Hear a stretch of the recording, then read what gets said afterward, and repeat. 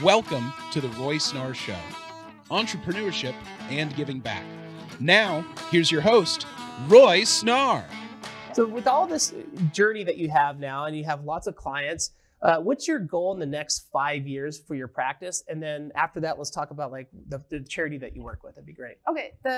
My ultimate goal is to get to where I'm just presenting a bit too much to as many people as I can. Okay. I love sharing the message. It's close to my heart. I feel like it's powerful. So my goal is to be a full-time public speaker. Nice. And I'm on the journey of that. Yeah. It's been an amazing 2 years, and my son's getting a little bit older now, so he's okay-ish with me leaving. He told me this weekend, he's like, "You're grounded. Go to your room." And he's like, "You're not getting on the airplane." And I'm like, "Well, Mom's got to go to work. I've got to make money." And he's like, "We have enough money. Go to your room." And I was like, "Oh, I know that's hard. but now he's fine. So Yeah. it was just but we're kind of balancing that, me being away, and I have an amazing husband that just supports me in all my crazy That's ideas. awesome. Yeah. So that's the ultimate goal. With the marketing side of it, I love helping people realize how to find that sparkle and then put that personal brand out. Right. So that's something I'll always do in one capacity or another. You're passionate about it.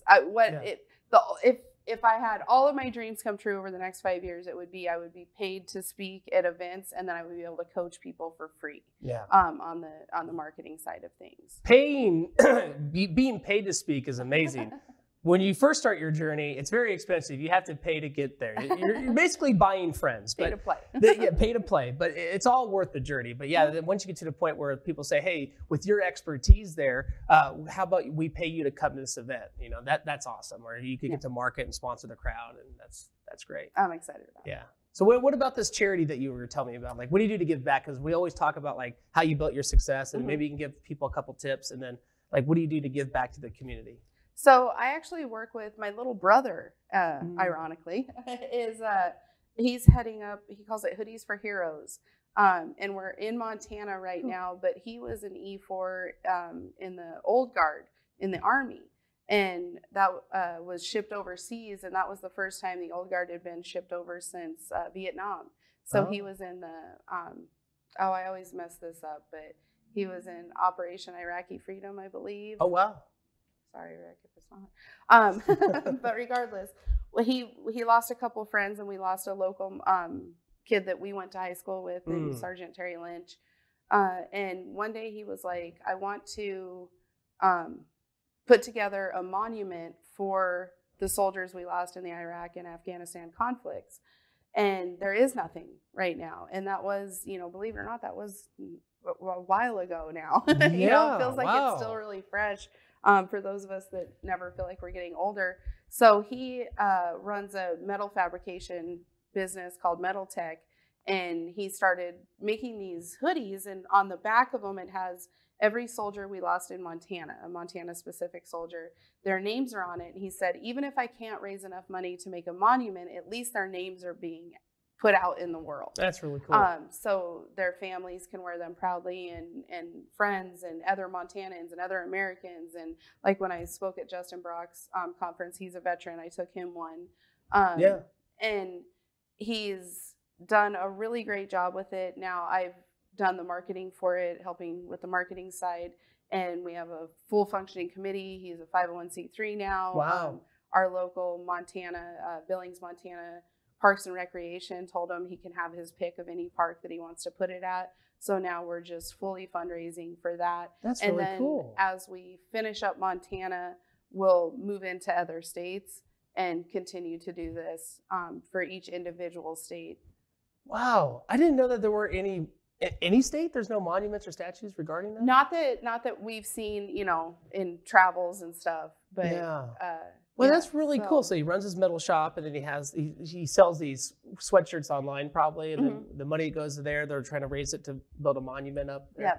That's really rewarding. Yeah, it's really cool, and it's fun to watch him, work through his grief and his PTSD and all of that, and not just it's healing for him.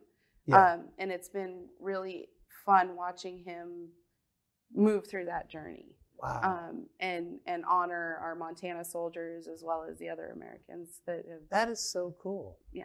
Yeah, So that's awesome. I'll have to check that out. cool I didn't even know that about you. Yeah, we haven't gone to nationwide with it yet, but yeah, it's really neat, and we're really excited about it. That's great. I mean, a lot of times my family, I was never in the military. I was going to join the Air Force, but I just got into insurance instead. So Kind of the same. That seems like a little bit, yeah, pretty much, right? But my father was Vietnam. My grandfathers were all World War II and everything. So big military pride in our family. And it's sad that a lot of them don't get treated right when they come back. Yes. And there's like a lot of programs that are out there, but not enough that really helps. That's really cool that they do that, you know? Yeah. So that's where our family's got a pretty big military presence as well. And I always laugh. My Uncle David will come and visit once every few years. And he was a master sergeant in the Navy, like as high as you can go almost. Yeah. So the boys will be like, "Oh, you need to salute me. I was an E4," you know, and they're going back and forth. And my Uncle David's like, "That's cute, boys." Yeah. You know, it I was top down. Me up every time. So that's awesome. That's awesome. So if people before they want to find out more about you, maybe as we wrap up here, you can give them a couple tips on scaling their practice and building a brand. Maybe you can hit on like the importance of an actual brand and the difference between somebody branding their name versus like an ABC company, for instance. Okay, perfect. So the personal brand is so important, you guys. You are a personal brand, whether you think you are or not. Mm-hmm. Your face, the second that the favicons became a thing, right? Your profile pictures. Yeah. That's when you started becoming a personal brand. Got it. I didn't know they were called that. Always suggest that you do not change that picture very often. Okay. So because it almost becomes a logo, right? Right. You can tell, because we only have a quarter of a second to capture somebody's attention online. So if somebody's scrolling through and you're always changing your profile picture out, people lose track of who you are, right? Mm-hmm. That's why mine always has the bright pink. I love that you brought me in. Roy told me he flew this in from Italy. Yes, hand-stitched from Italy. Where's that Walmart tag? Let me get that off of there. But it's so important to realize that you are a brand. We know who owns Tesla, right? We know who owns all of these businesses. It was like for those of us that grew up like in the 90s, like Bill Gates was the first time you really heard about a face of a company. Yeah. Right? Right. Before that, they were just companies. And then that has changed. People want to do business with people that they know, like, and trust. So you have to build that up. And what's so cool about doing it on social media, which we're always going to start doing, is you don't have to talk one-on-one to people. You can talk one to many. So last night I put up that it was like, I don't know, 187 degrees at midnight when we flew in. And I had like 8 direct messages off of that this morning. People being like, "Oh, it's 120 in Phoenix." And I'm like, gross. So I landed on a plane last night at midnight, and this morning woke up to 8 messages. Those are all networking opportunities that I have. Yeah. So that's really how powerful social media is. Wow. To talk to those same 8 people, I would have had to phone to Phoenix and somebody else here in Texas and Florida and all over the place. Right. So it's extremely powerful, social media is. And what we do is we get caught up in the likes, we get caught up in how many followers we have. Right. And I actually I spoke yesterday in Florida, flew in last night, have this, and then I'm speaking at another event here in like an hour or two. And I was talking yesterday on stage on LinkedIn. I've never had a big presence. I've got some followers on there, but I've never really used LinkedIn. Well, I've started using it, and I have one person that is like liking all my stuff. His name's Jay Ramirez. And he happened to be at that Florida event. And I was like, "Oh, Jay, stand up. This is my LinkedIn fan." Right? The only one, but he's awesome. He's the best.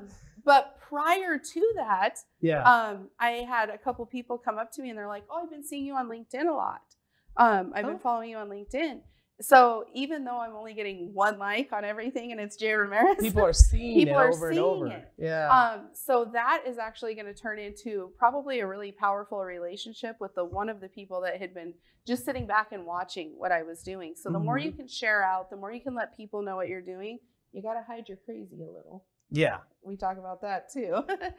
Beer bong. Wait, no, we're going to put that on LinkedIn. So what we want to do is you want to share who you are the same way you would in an in-person networking situation. Right. So it's not a frat party. It's still a Yeah. networking situation, and that's how you want to think about it. Yeah. Okay, cool. That's really good. I mean, and so if somebody wants to start doing this now, I mean, would you recommend them, like I always tell people, like, if your name's available, go to GoDaddy, buy Yes. yourname.com, and then just start actually posting. I remember I went to one of your presentations. It was, I think, 3 or 4 years ago, or last week. When was it? No, it was 3 or 4 years 3 ago. weeks, 3 days. It was actually in Birmingham, Alabama, Medicare Con 2. Yes. So that was 3 years ago. And it was very interesting to hear, because you're like, just pick up your phone and just start doing it, right? And I was like, man, and it took me forever. Like, that's why we launched the show, started doing more things, because I didn't know what to say, what I was going to focus on, and excuses. I got busy, and then I just pick it up, and then, I'll pick my nose on it. I don't care. I just post it anyway,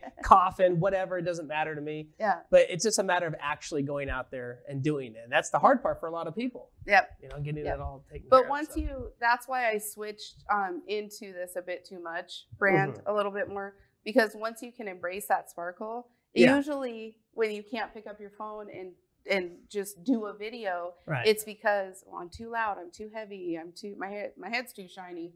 Yeah, exactly. Whatever it is.